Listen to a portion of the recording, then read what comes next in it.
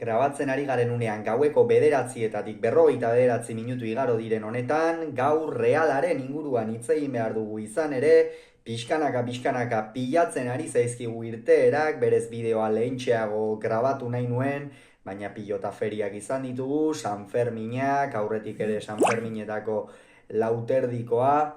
eta orain berriz,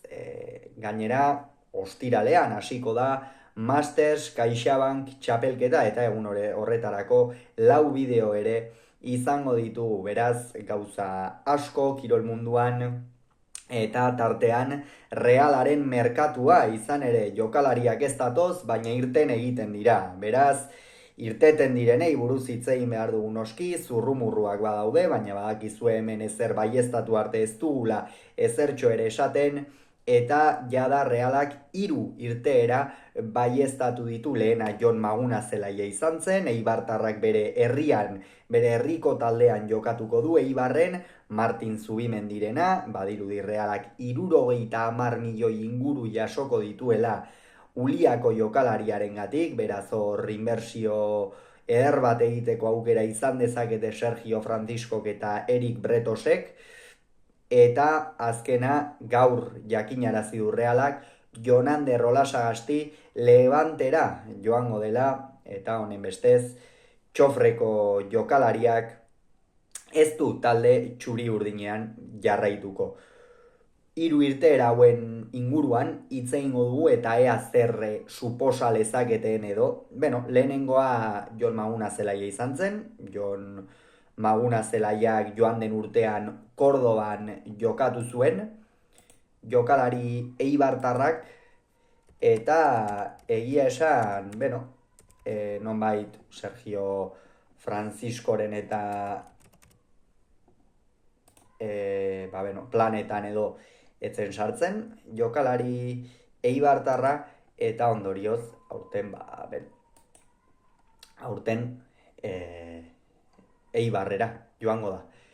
Kordoban 20 partida jokatu zituen, ez zuen golik egin, ez zuen goleko paserik eman, hori orokorrean hartuta behintzat aurrelaria den jokalari batentzat eta are gehiago lehen mailan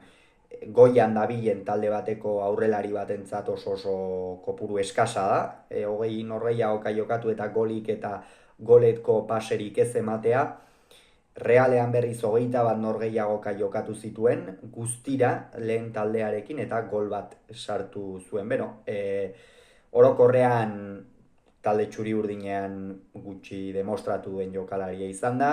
egia da Imanolek minutu batzuk eman izan dizkiola, baina oro arreztu minutu askorekin kontatu ere Orioko entrenatzailearekin, eta orain Sergio Franciscok ez du berekin kontatu, eta ondorioz bere herrian Eibarren jokatuko du. Ikusiko du ea Eibarren jarraikortasun hori lor dezakeen Jon Mari Ezkurrenak. Bigarren irteera Martin Zubimendirena izan da, Uliako jokalaria, lehen esan dugu, hortxe doa, Arsenalera, egia esan, espero genuen ez, jada nahiko nabarmena zen joango zela, guztira zer esango dugu bere ibilbideari buruz, ezta? 226 partida jokatu zituen Realean, 10 gol egin, 8 goleko pase, baina hori ez da nabarmenena edo izan, ez? Martin Zubimendik Realari azken urte hauetan eman diona ikeragarria izan da, kopa irabazi zuen noski titular izan da, baina horrez gain Realaren zelaierdian sekulako erakustaldiak eman ditu Uliako jokalariak, eta benetan betetzea zaila izango den hutsune bat izango da aurten badakigu, eta jada nik uste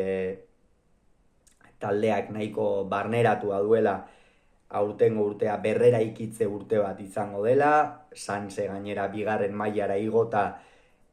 Sanserekin ere edo bertako jokalariak ere hazi daitezen, apustu hori egin beharra dauka, Realak derrigor, eta bai, Europara sailkatzen ez zaren urteak ez, urte askotan sailkatzen egon ostean, normalean berrera ikitze urteak izan ohi dira, aurten lehenik eta behin ikusi dugu entrenatzailearekin, Imanolek ez du jarraituko eta Sergio Francisco izango da, eta hori ere Zubimendiren afera honekin islatu da, nola baitean. Jon Gorrotxategi itzuli da, joan den urtean Mirandesen gaitzeko denboraldia egin zuen jokalaria. Ikusiko dugu, ea nola lotzen den Sergio Franciscoren sistema eta joko mota horretara, baina ilusio handia pizten duen euskarri bada, eta ea, zenolako denboraldia egiten duen, eta bestetik berriz, Urko González de Zárate, inor gutxik esperoko zuen, lehengo urtean espainolera joan zen utzita Urko, eta aurten badirudi hortxe postu batengatik realean borrokatzen ibiliko dela. Inor gutxik espero zuen baita ere espainolen eman zuen maila ematea eta jokatu zituen norgehiagoka kantitatea jokatzea, baina bai, jokatu zituen, gainera taldeak bere helburua lortu zuen, lehen mailan geratzea, eta aurrekoan ere hedabideen aurrean hitz egin zuen, jokalari gasteiztarrak eta esan zuen bere asmoa geratzea dela, beraz, hortxe bere guraria, ezta? Ba horixe, bi horiek izango lirake apur bat Martin Zubimendi ordezkatuko luketen jokalariak edo ordezkatuko dutela dirudienak, ikusiko dugu, ea ze maila ematen duten, baina benetan ilusio handia pizten duten bi jokalari dira, Urko jada ikusi dugu, baina orain espainolen askoz ere minutu gehiagorekin ikusiko dugu ea nola sartzen den Sergio Franciscoren sisteman, eta bestetik Gorrotxategi, erabat berria den jokalaria, ziur aski lau zenbaki hori emango diote, Eibartarrari, eta ea, nola erantzuten duen, eta azkena, gaur jakin dugu, Jonander Olasagastik Levanten jokatuko duela, eta benetan oso azkar egin den operazio bat izan da, atzo iragarri zueten zenbait edabidek Jonander Olasagastik Levanten jokatuko zuela, gaur jada Zubietan bere kideen gandik agurtu da, eta Valentzia aldean ikusiko dugu, eta lehen mailan, ni behintzat asko posten hauen gauza bada, lehen mailan jokatuko duela datorren urtean Jonander Olasagastik, gainera iruditzen zait joateko ere garai ona izan duela, Sergio Franciscorekin ez baldin zuen kontatzen hobe da, kontatuko duzun jokalariekin astea aurre denboraldia eta jokatuko ez duzun horiekin nolabaitean euren hobe beharrez ere beste joango diren talde horretan dinamikan ahalik eta azkarren sartzea, eta begira, Jonander Olasagastik hori egingo du, eta hasieratik izango du aukera Levanten postu bat betetzeko. Egia da, realean jada zelai erdi horretan sekulako nahasmena dagoela, pentsa, une honetan, talde txuri urdinean, oraintxe esango dizuet, zenbat zelai erdiko jokalari dauden, baina badira batzuk. Pentsa, une honetan, Brais, Susic, Gorrotxategi, Urko, Pablo Marin, Zaharian eta Turrientes. Eta orain Olasagasti irten da, Gotik ziur aski lehen taldearekin egingo du aurre denboraldia, ikusiko dugu ea Sergio Franciscok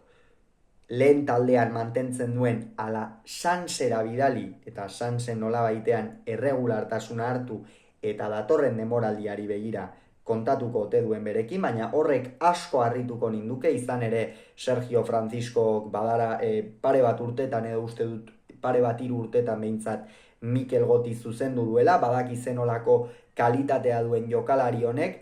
eta ziur aski lehen taldeko dinamika horretan sartu bakarrik ez berekin kontatuko duela, iruditzen zait gainera.